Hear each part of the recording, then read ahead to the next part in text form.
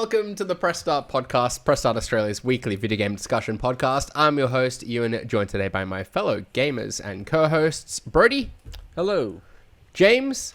Hello. And Shannon. Hello. Today we've got heaps to talk about. It's a really action-packed show. News broke late last week after we were recording that's in there. There's a big review to talk about. We've got everything announced at the PlayStation State of Play.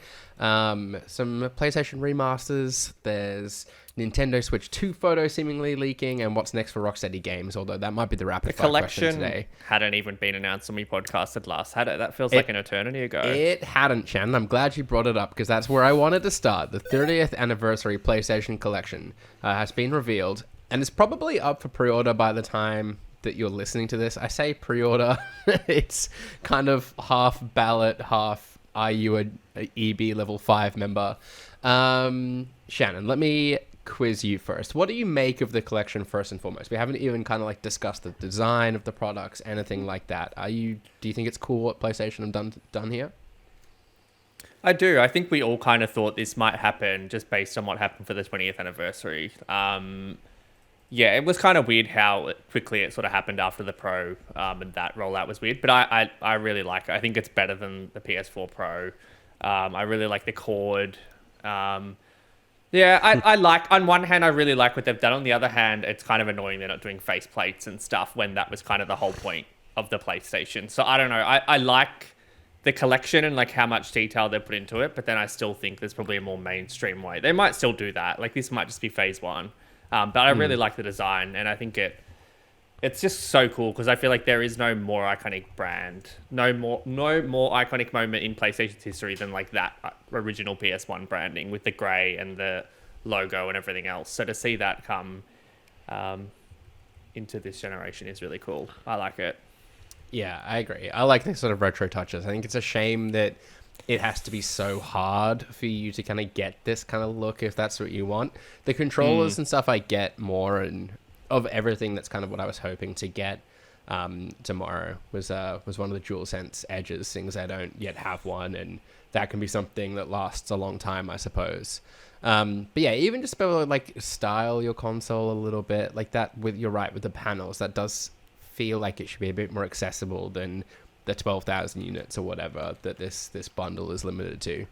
What about yourself, Brody? Was this a collector's item that you would seek out? Being as irresponsible with money as I am, yeah, I'd be interested if it wasn't, as you allude to, be so inaccessible, I guess, to the majority of people. So as I won't be, sweaty like the most and trying to get on right as it goes live and all that sort of stuff, I'll probably miss out. But that's okay. But yeah, it's a really cool collection. Like Shannon says, it's a nice callback to, the original PlayStation 1. I like how they've even done that with the box and all that sort of stuff. Like, it looks like the original, which is a nice little touch. So, yeah. Shame it is so limited, though. Yeah. James, I think I heard you chuckle when Shannon mentioned the cord, but come on, give the little accessory kit some credit. That's pretty cool. I'm not saying it's not cool. I'm just like, it's probably going to be in like a $3,000 bundle, and that's like the coolest thing. Yeah, but, it is. Yeah, and so, that's shit. I hate that. I feel like those accessories would be really cool to sell as like a cool, I don't know, like $100 pack, and that's ridiculously priced, but still something like collectibly that you could buy. Yeah, I would love to have like a Pro with a normal controller. Personally, like just a normal DualSense, not an Edge, is what I mean. Yeah, just to make that price a little bit. The only way better. to get the Pro, though, just to clarify, right, is like part of the full collection, right? Does that include the Portal as well? Like No. Like you can get the Pro like it's in a bundle. The anniversary bundle. Yeah. Yeah, you don't have to buy it. You don't have to buy everything, like the whole. Okay. Yeah, like it's all separate. Okay. Yeah. Right. I wasn't quite sure what was in that. It includes everything though, except for the it doesn't portal, include the really. Portal, yeah. So everything but the Portal. And it has if you want like the matching charging stand, then you have to get the Pro as well. Like that's the kind of shitty bit about it when it's all so limited. Yeah.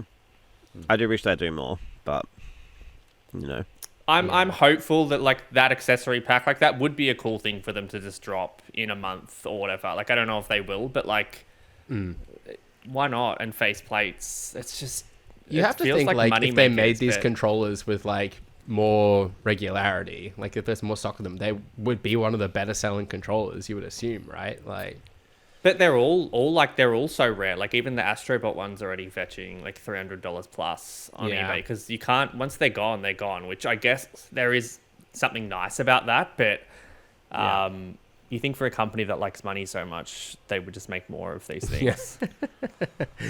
yeah. Anyhow, we got plenty more PlayStation chat to get to today, but I'm trying to kind of cut it up a little bit with some Nintendo conversation as well.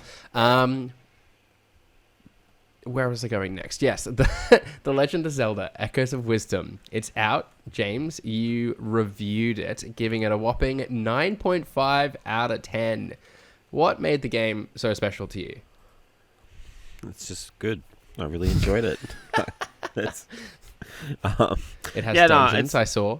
yeah, it has Pleased to dungeons, see. which is like the quickest way to my heart in a Zelda game. No, I don't know. It is just like that classic like Zelda experience. Like all of the 2D games have always been, very solid. And this kind of takes all of those and adds like we've said and like Brody said when he previewed it, is like it just takes all of that kind of openness that Tears of the Kingdom afforded you, but transplants it into like a 2D Zelda, which I think is really fun. It's like not as big as Tears. Like I think in my time with it, it was about 30-ish hours to get about 75% of everything, which is obviously much lower than Tears. But like I think in exchange for it being shorter, it is way more dense with like cool stuff to do. Like there's not much like filler content like at all. It's definitely the biggest 2D Zelda ever as well. So yeah, like well worth your money, for good value for money, I should say. But yeah, like I just really enjoyed it. Like I think the bosses are really fun. I'm excited to see when everyone else plays it, like how they do things versus how I did things. Because I think that's what's always been really interesting about these games is like talking about puzzles and dungeons and stuff. Like all of the solutions that I created with my echoes and stuff, or like the echoes that I gravitated towards the most, will be completely different to everyone else's. And I think it's great that the game kind of stands up to that in terms of like it doesn't feel too broken if you get the right combination. Like it just feels really well balanced and really focused. So yeah, I'm keen. Yeah, I to guess see that was what my everyone hope, thinks. that it would kind of, given the systems are somewhat similar to Tears, that it would maybe just kind of course correct a little bit, and obviously kind of being in a different perspective works for it too. Like I can't imagine you can kind of stack essentially tables the way that I did You can, in Tears like, to like cheese. You a can dungeon, stack but- beds like pretty like that. You can do some pretty crazy stuff with like an old bed that you get early on. But like because of the way that it works, the way the system works, you can only ever summon about 3 to 4, I would say, in your early time. And realistically, by the end of the game, you could only summon 6. But then, like, say you can't use beds to cross lava because the heat from the lava will melt them and stuff. So like it's pretty like, I guess, aware that you might be using a lot of crutches at the beginning, and then as you slowly get through it, those crutches get ripped out from under you. So clever. This is a weird question, but can you kind of play the game? There's no such thing, Shannon. And get a sense that like you're doing things in the way intended, like without it feeling too sandboxy, like. I guess like because sometimes you might get into a dungeon and there's an echo there that you can only get in that dungeon. So a lot of those puzzles might be Use that for. Yeah, but you can still, if you're smart enough, kind of get around that. There were many times when I solved something and I was like, I don't know if that was the right way to do it, but it worked. And like, because I was like, I wonder if this will work, and it did. So, to answer your question, like, yeah, like yes and no. Like, it still does have that feeling that maybe you broke something. But like, I feel like that's like kind of a good thing that's a good thing for puzzle games, right? Like, I feel like it should make you feel smart in a way, like, you know. And the combat mechanics as well. Like, people were kind of taking issue to the fact that Zelda's not swinging a sword. Did that bother you in any way, or did you find kind of novel ways to fight the enemies? She does swing a sword to some extent. Still some sword swinging. Don't you worry. Nice. No. So basically, the way that it works is very early on, she gets a sword. But for some reason she can't use, I don't know, I can't remember the story justification for it, but so she has like a magic meter that if you use it, you get access to like she kind of turns into Link, like a ghost version of Link, like possessed by a spirit or something, and then you can attack people for a bit. So that's called like sword fighter form.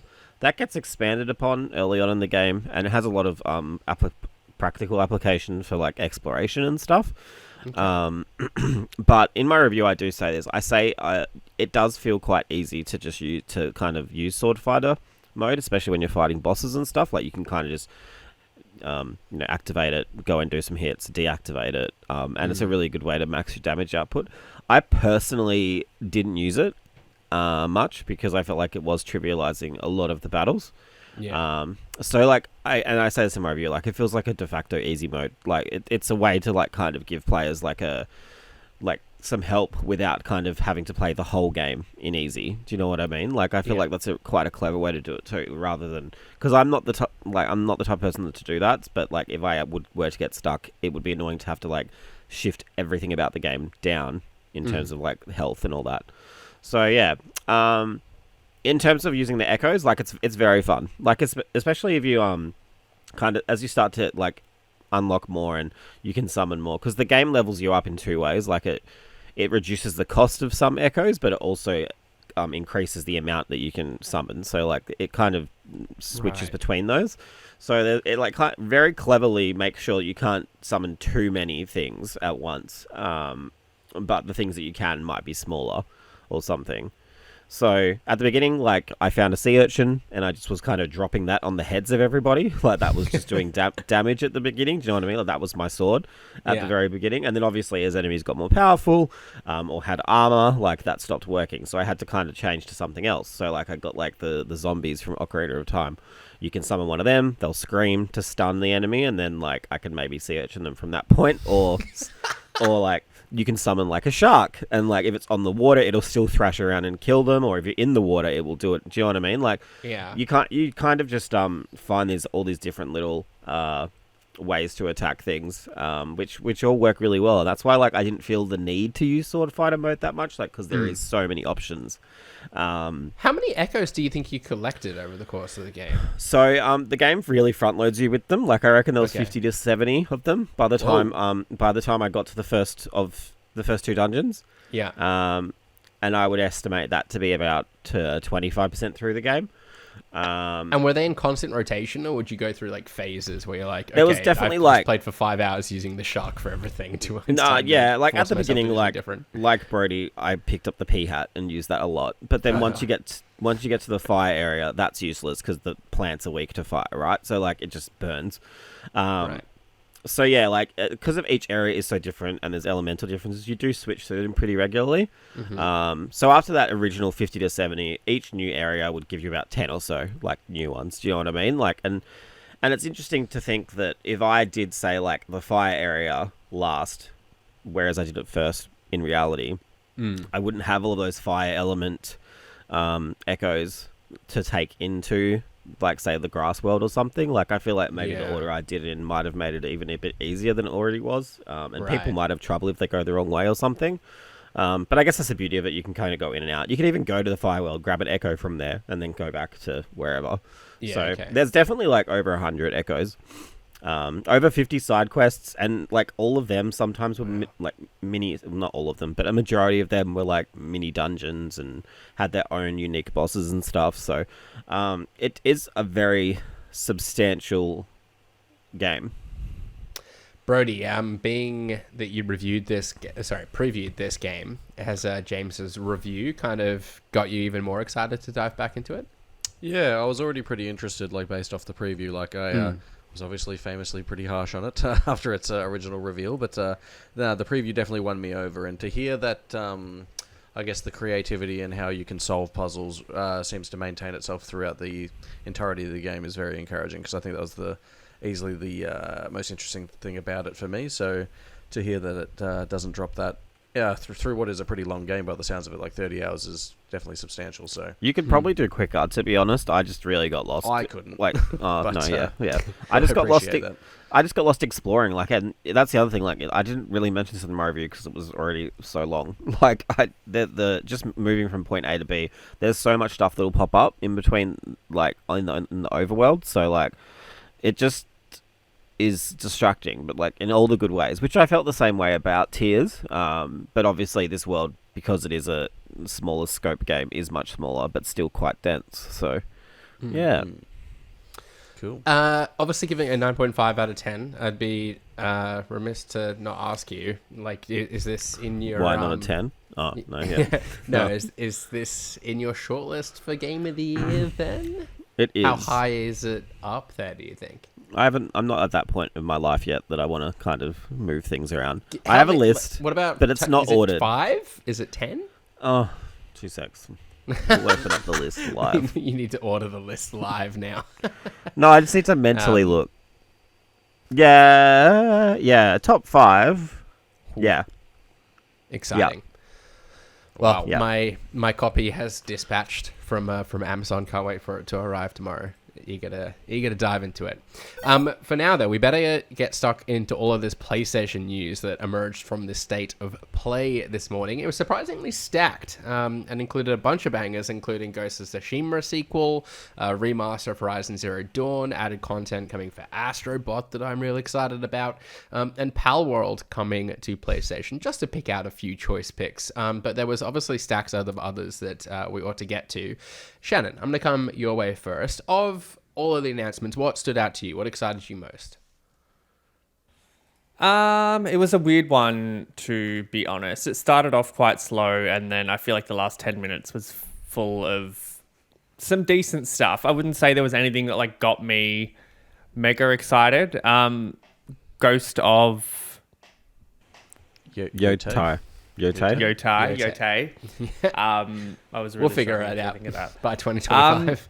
I appreciate that, and like I know people have really wanted that, and just like Hell yeah. people seem more excited about that on press start than anything I can remember in the last 2 or 3 years. So I didn't realize it was that popular, to be honest. But I like the direction they've taken it in. I like that they've not just done a straight sequel and they're doing something different, which will allow them to bring in like guns and whatever else they showed. So I really appreciate that, and I think it was a good time to show a big game like that that's built for PS5.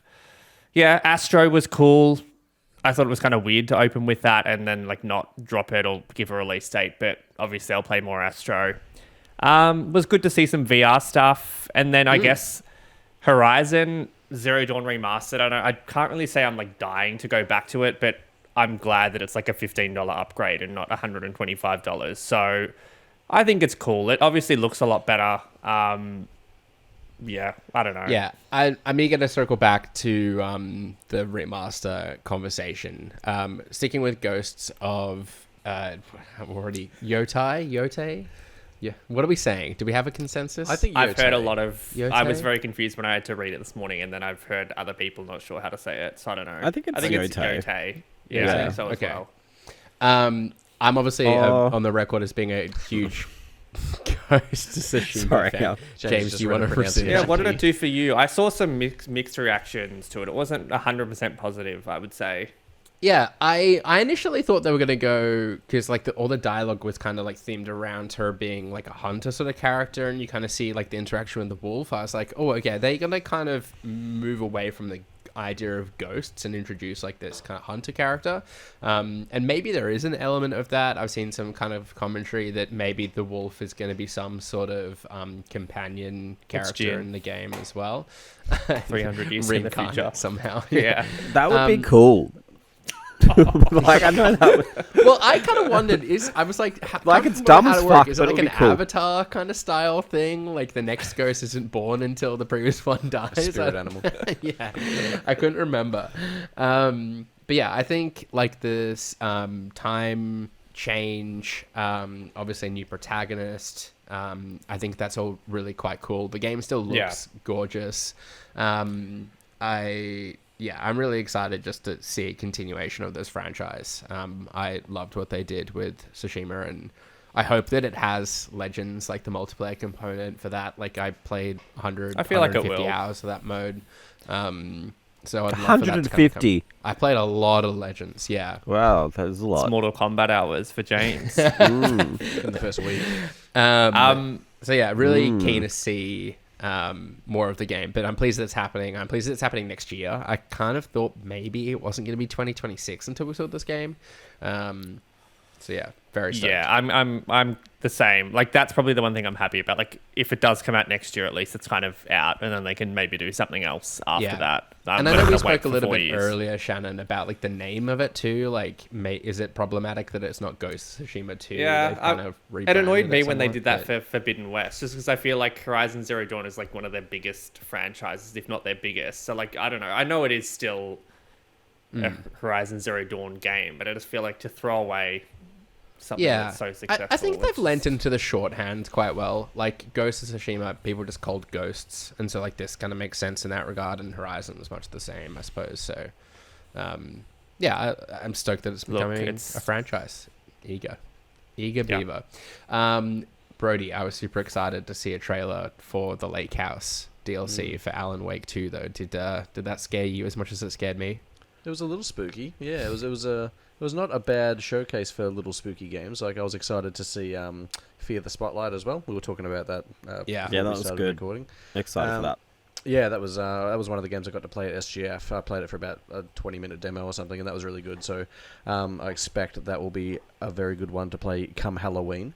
But the ones I actually am excited about, you've already touched on, are the VR games. Like, it's giving me hope that I might dust that bad boy off out from under the bed.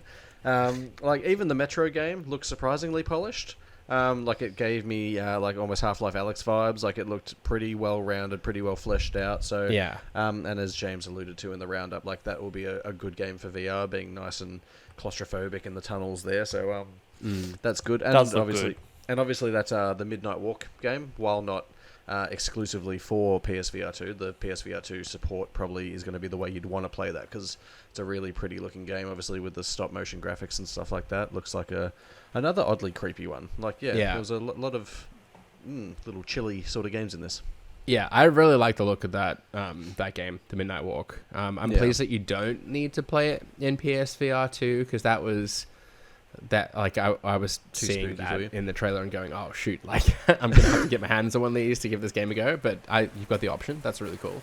But that kind of like claymation sort of style just looks so sick. And I get Little Nightmares kind of vibes from it too, which is absolutely a good thing.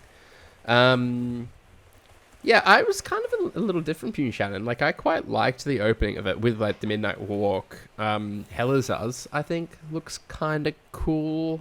And I thought Arcage as well just kind of looks like this kind of multiplayer, kind of high fantasy sort of thing that, oddly enough, me and some mates were talking about the other day, kind of being in the mood for. I guess Dragon Age I should include on that list too.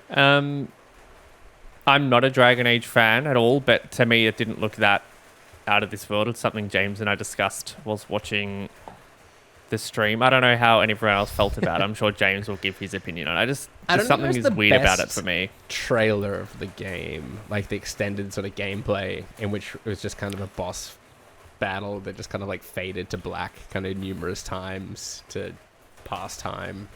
Yeah, it didn't show well for me, but it didn't really dampen my interest in the game. Are you getting hit by rain at the moment? Is that what I hear in the Yeah, I background? just heard that too. It's not I me. think it is. Is it like torrential downpour? Yeah, I Just hit you? thought our roof was about to come in a second ago. I actually Anyway, really like it. It's quite relaxing. Yeah. We do The this all the soothing time. sounds in the ASMR. background. James, what about yourself? We haven't got to you yet. What stood out to you from the state of play? It is a good question. Anything at all? Yeah, I don't know. Like, I don't want to be one of them, but Oh, Debbie Downer. yeah, like nothing really for me. Like Dragon Age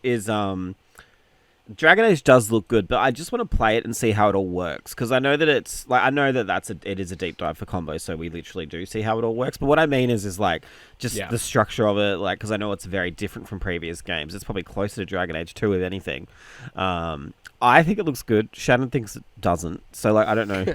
Like what I don't know what he wants, but like I can appreciate the style of it. So yeah, I don't know. I was actually a little bit like the Lake House trailer was a bit whatever for me. Like I'm a little bit. I'd want to play that. It didn't wet your lips. No, like I've just been playing a lot of like modern horror recently, and I've got a real appreciation for like atmosphere and stuff. And I know Alan Wake 2 has that, but I feel like they just keep flashing those fucking faces in your face, like and thinking that that's scary. Like, I'm a little bit over that. Like, and I'm surely they know that, right? Like they introduced a patch that kind of reduced it later. And like that was I'm very keen for like the story implications because obviously I love Control, like I love Alan Wake 2. But yeah, like I don't know, that trailer didn't do anything for me, but I am excited that it's coming, even though we already knew it was coming. But yeah, I don't know. In my mind, it's like such a hallmark of the game now, and and yes, they definitely did overdo it, and it was kind of cheap at times in the core game. It is cheap. It feels like an introduction to like a new boss, which is what excites me. That's great. But like, if I want a new boss, I want to fight them in a video game, not just have their face screaming at me on my TV. Like, do you know what I mean? Yeah, I don't know if that's unreasonable for me to want, but from a horror game. But anyway, yeah. Overall, it wasn't amazing to me. Like, and like, I don't know. This was probably the worst one I think I've ever had to cover. Like, the pacing was very weird, and like, I just was being bombarded with all this stuff, but like none of it was like Fortnite controllers and and like God of War / Dark Souls clones, and like I don't like, and then remasters of games that I never wanted to come back. But like and that wasn't a Horizon dig, but that was more of a Luna dig. But I got lost in the Luna Ninja Turtles kind of middle section. Didn't we all? Yeah. I don't know. But yeah, like it was an okay showing. Like I'm keen that I think Soul Reaver needs like to come back, so I'm glad that is back in a way. I'm just quickly scrolling through. I'm trying to think what else we've not covered. We have covered like pretty much. I think with what I just said, we've covered. I've just shouted on everything. But like Monster Hunter, but I don't think anyone's really Monster Hunter just like done to death at this point. It is like it's at every show, which like it is a big game. It's bigger than Resident Evil for Capcom, so like I understand why. It is being given so much love everywhere, but it's nice to have it dated so I know when I can stop seeing trailers for it. And that's I love Monster Hunter, but yeah, like sure, I get it. Yeah, I think it was an okay showing. Like, well, nothing exciting for me. Like, I'm my big thing for Sony at the moment is Death Stranding, and like, obviously, that's going to have a big presence at TGS. So, it wasn't here. I'm surprised there wasn't a nod to it in some way. Nah, I think they genuinely just want Kojima to have his moment, like at TGS with this fucking 90-minute show. Like, I just feel like 90-minute show. I thought it'd be like just release date and then more at this time. Yeah. But more would be good, but the 90-minute show is probably just the trailer at this point. So, literally, I can't see. He just plays it. Yeah. Okay, well, I think we've probably covered everything then. So let's go a little bit deeper into the remaster that played into this announcement. That was Horizon Zero Dawn. It also comes at a time, though, it was leaked kind of earlier than the show, and with it was some rumors that Days Gone would be the next PlayStation game to get a remaster as well. So definitely a trend now for PlayStation. I don't think we can say otherwise. Shannon, when do you think it stops? Like, Days Gone already in my mind feels like a bridge too far. Once they're all out. Yeah. I don't think Days it'll Gone ever isn't stop. getting an adaptation I know of, right? Like, no. I don't think the Horizon thing is for that reason. Like, I know we said that for The Last of Us. I don't think this is it, because we've spoken about that being troubled, like, / maybe not even happening. I think this is just, they've got the PS5 Pro coming out. It's like their biggest success story of the last 10 years. They want it on PS5. If they can get $10 out of every person, then, Yeah, I just don't think the best way to show off the PS5 Pro is by like a remaster of I don't a even PS4 really game. think it was that, though, because they didn't even say in the prezzo, like, they didn't even make a big deal out of it in that way. Like, that it's, wow, this is going to look so great on the PS5 Pro. I just think they just want it on PS. I don't know. It's kind of I think weird. the I don't footage know. was marked as PS5 footage as well. It wasn't even Pro footage. Yeah, like they definitely said afterwards it's coming to PS5 Pro, but like I would have understood it more if like they led their showcase with that. So I don't know.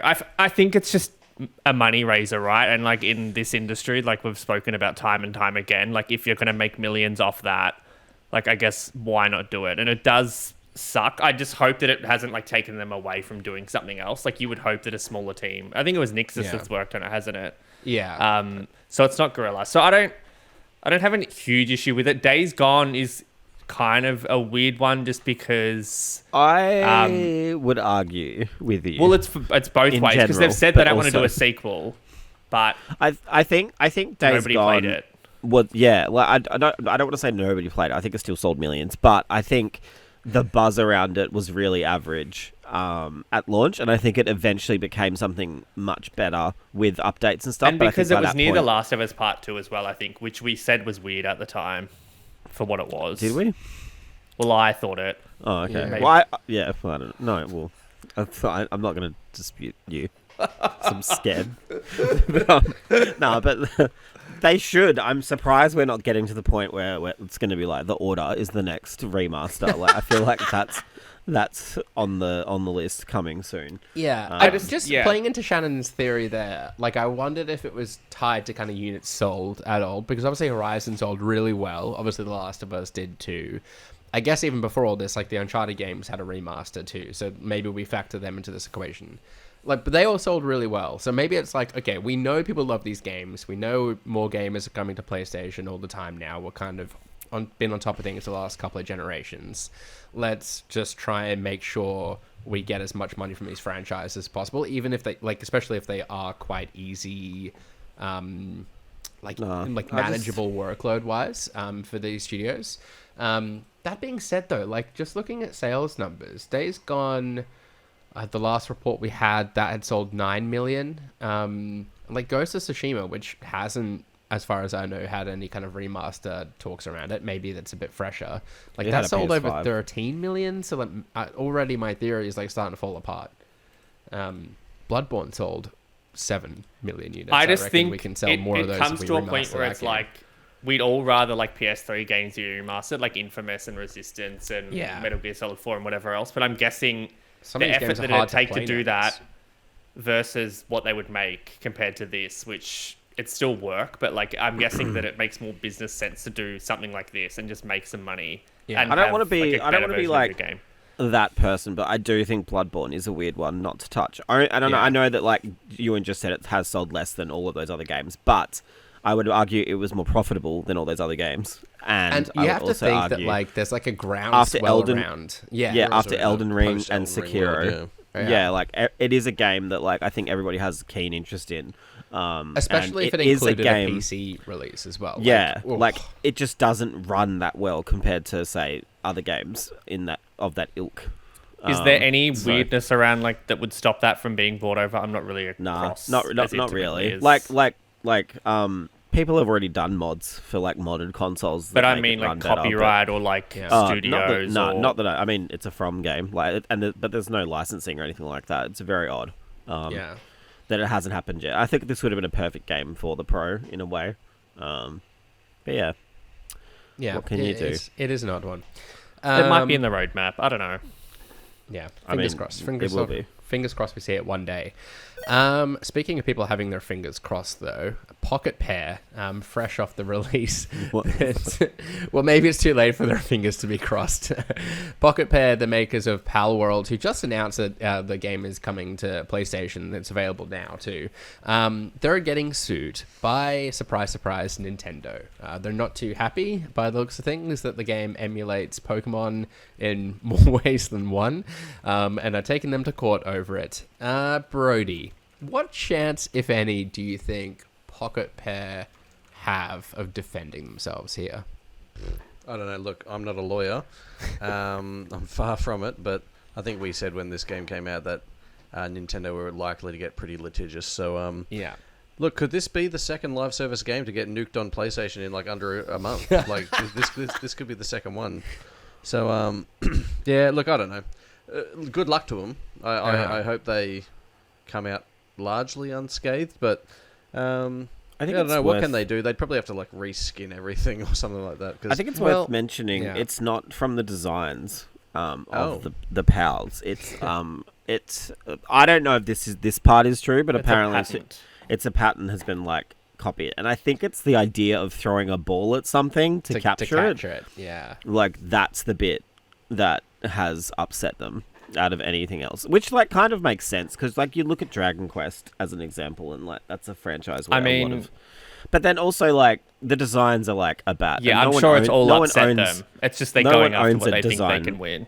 for a bat, right? Like, or like a rabbit. But yeah, I don't know. It is worth noting as well. This Palworld came out today on PlayStation, but it didn't come out in Japan. So I don't know if like they're maybe trying to reduce their sales footprint just in case the lawsuit is successful and they have to pay more damages. Yeah. But yeah, Yeah, I guess that's a factor in how these things work, right? Is they have to kind of quantify the amount of damages that it would have caused Nintendo and get that out of them. Look, I kind of think this is probably more just de-incentivizing other people from like trying to do what Pocket Pair have done, and kind of stepping in on the Pokemon Company's turf. It wouldn't surprise me if this is kind of settled and they pay what I'm sure is kind of some exorbitant fee, but the game sold well. I reckon with this release on PlayStation, it will too. it's also like Sony and Xbox have invested in this in some way at some point. Like I think Yeah. Sony invested to expand it to other things, and Xbox Yeah. obviously did because it was a big Game Pass game for them. So like I don't know if that will affect anything. Like maybe they'll all have help of them. It's Yeah. like everyone versus Nintendo. Yeah. But I think it kind of, to be honest, like I think from a creative perspective, it kind of sucks that like things like that can be sued over, like in games. Like I think that's a really kind of dangerous precedent. Yeah, to I just set. think the idea of like patenting some stuff in like systems and games is just a bit nasty. Like the classic example, right, is the Nemesis. the system, the Nemesis system, yeah. And it From just Middle like Earth. sucks that franchise hasn't done anything more with that, and at the same time, Wonder blocked Woman anyone will. from doing anything else. Yes, It's a good how fit. could I forget? So yeah, I'm not a big fan of it, and it just seems pretty. Like I guess it is kind of a hallmark of Pokemon. The idea of throwing these Pokeballs, like it's pretty much like a pillar of what that franchise is all about, I suppose. But it does just seem like on face value a pretty minor thing to sue over. We don't. To be fair, we don't know that's exactly it. Like there might be something else, but that is I think Yeah. what most of like And it's not the a internet guarantee sleuths have. that it's going to go ahead. Like I think Nintendo have to prove it, right? So like they have to have the evidence to say that Yeah. it does infringe on that. And let's I see. think it'll cause enough of a headache regardless for Pocket Pair and cost them a packet either in legal fees or a settlement or whatever, even if it doesn't go all the way to paying damages, that it'll effectively kind of scare others off from doing what they've done, which is probably Nintendo's end goal, if I was to guess from all this. Sticking with Nintendo, a little while longer though, pictures have emerged online reportedly from the production line of a manufacturer in China. The renders and photos of parts show off a larger console with USB-C ports on the top and the bottom. As far as specs go for what looks to be the Nintendo Switch 2, it's said to have 12 gigabytes of RAM, a 256 gigabyte SSD, as well as HDMI 2.1 out support. Based on the specs, it's rumored to be somewhere between a PS4 Pro and the Xbox Series S performance-wise, with the DLSS or like some Nintendo variation of it, presumably enhancing performance. Shannon, do you believe these images to be legit? And if so, what does it do for your excitement of the console? Whether I think like these specific images are like what people are saying, I'm like probably 70 to 80%. Whether I think this will be what the Switch 2 is, I'm like 98.72%, I would say. It's just scaled up. Isn't it really? Well, essentially, I mean, nothing like everything makes sense in terms of what's improved, in terms of the Joy-Cons being magnetic and attaching better, and slightly being bigger so that they're more comfortable and you don't have to have that weird wrist strap, which I've always hated to play them. Yeah, it all makes sense. I mean, James and I were chatting and disagreeing a little bit as we do, and I think that an 8-inch handheld is a big handheld. Like, I think the ergonomics have to be better, and I don't know if the ergonomics on the Switch have ever been great. No. As a handheld. So, like, I do hope... I'm guessing the reason why it's bigger is because the Joy-Cons needed to be bigger. Like, so they've just sized it up. And it looks just flat, like no grip. Just in case anyone hasn't seen a Nintendo Switch before, Ewan's holding one up. No, I wasn't holding it up. I was just the best-selling console ever. Somewhat. But yeah, excited. Everything else is really exciting. I'm like, we've been talking about this for like 5 years, and it feels so near. Yeah. Until it happens. So far, I think it's exciting to think we might all have one in our hands in the next 6 months. Yeah, I'm very ready for it. I've actually been playing my Switch a bunch recently, Brody, and based on his face, and I will be tomorrow when my copy of Zelda arrives as well. But yeah, you're right that like it does need bigger Joy-Cons. Like that is my kind of peeve with it at the moment. Is the kind of and why I was picking up my Switch, James, is that it kind of like digs into my palms uncomfortably, and like I just can't get a good grip of it. What even a split pad Pro then? I could have done that, but I haven't done that year because I'm like, surely the next one. And I feel like I've got a number of those things, and it kind of just ruins the system and like the flexibility of it. Like I just think I'm hoping because I think the Joy-Con system is still genius. Like how you can rip them off and have 2 players play something in your living room, but they're just not comfortable to use, and I hate that stupid wrist strap system. Like I don't know what way to put them on after 8 years, and I just can't wait for that to be gone. I don't know anyone that's upset about the wrist strap system as you, but it's I pretty hear your point. It's pretty bad. Anyway. Especially playing the Portal a bunch recently, I just love like having a full size like MIDI controllers in my hand, and I'm missing that every time I pick up my Switch. So the Portal is just so ugly but so comfortable. Yeah. Yes. What about yourself, Brody? Bigger Switch? You here for it? I sort of tend to agree with Shannon. Like, I do find the Switch to be a bit uncomfortable. Like, it's the only handheld I use that makes my hands hurt after an hour or 2 of playing. Yeah.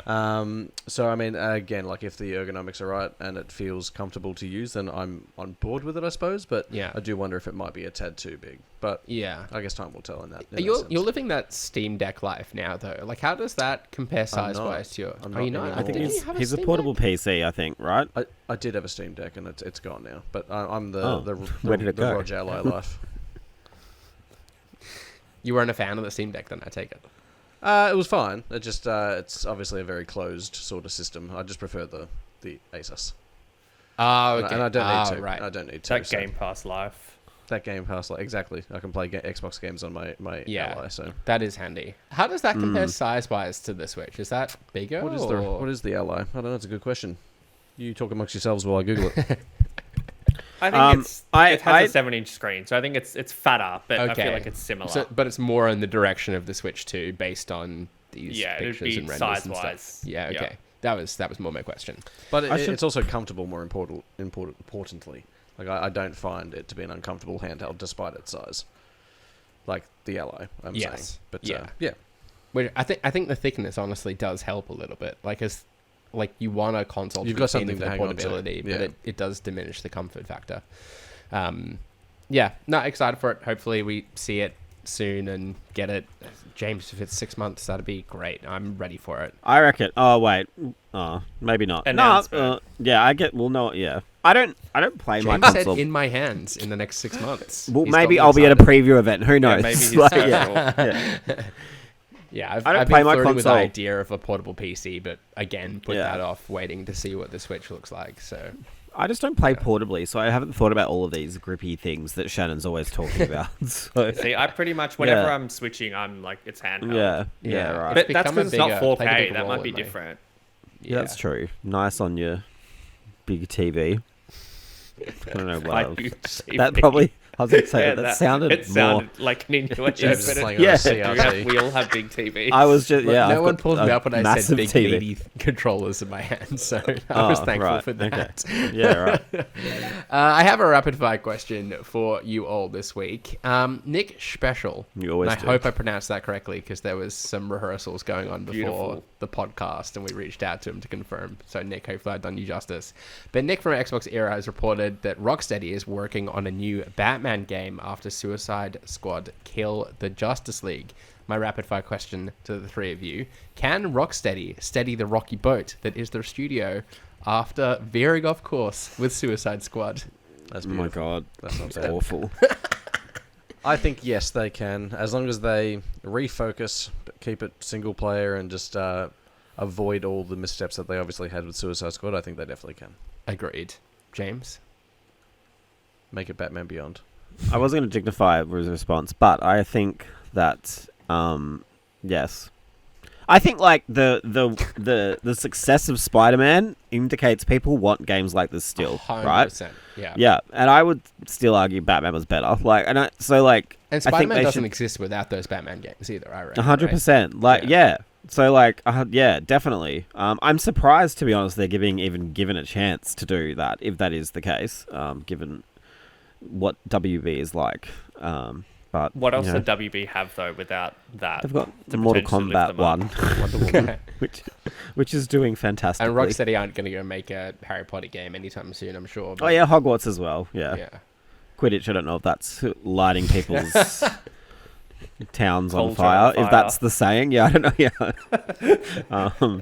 Anyway, to answer your question, yes. Shannon. Well, I can't remember the question. James, Sorry. waffled on for Can that they long. course correct? Are they Can gonna steady the Rocksteady rocky course ship? correct with a new Batman game?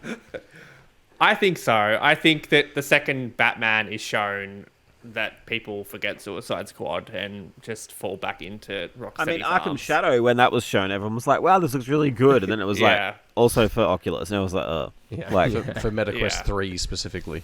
I It's think pretty like, shit that it's going to be like 8 years probably before we get it though. Like that's tough. I think Yeah. it's worth mentioning, though, like, a lot of the creatives that made the Arkham games aren't there anymore. Yes. So, like, The I don't know. formula, like it's there. Like the blueprint is there. Okay. Just follow the I have blueprint, James. It's easy.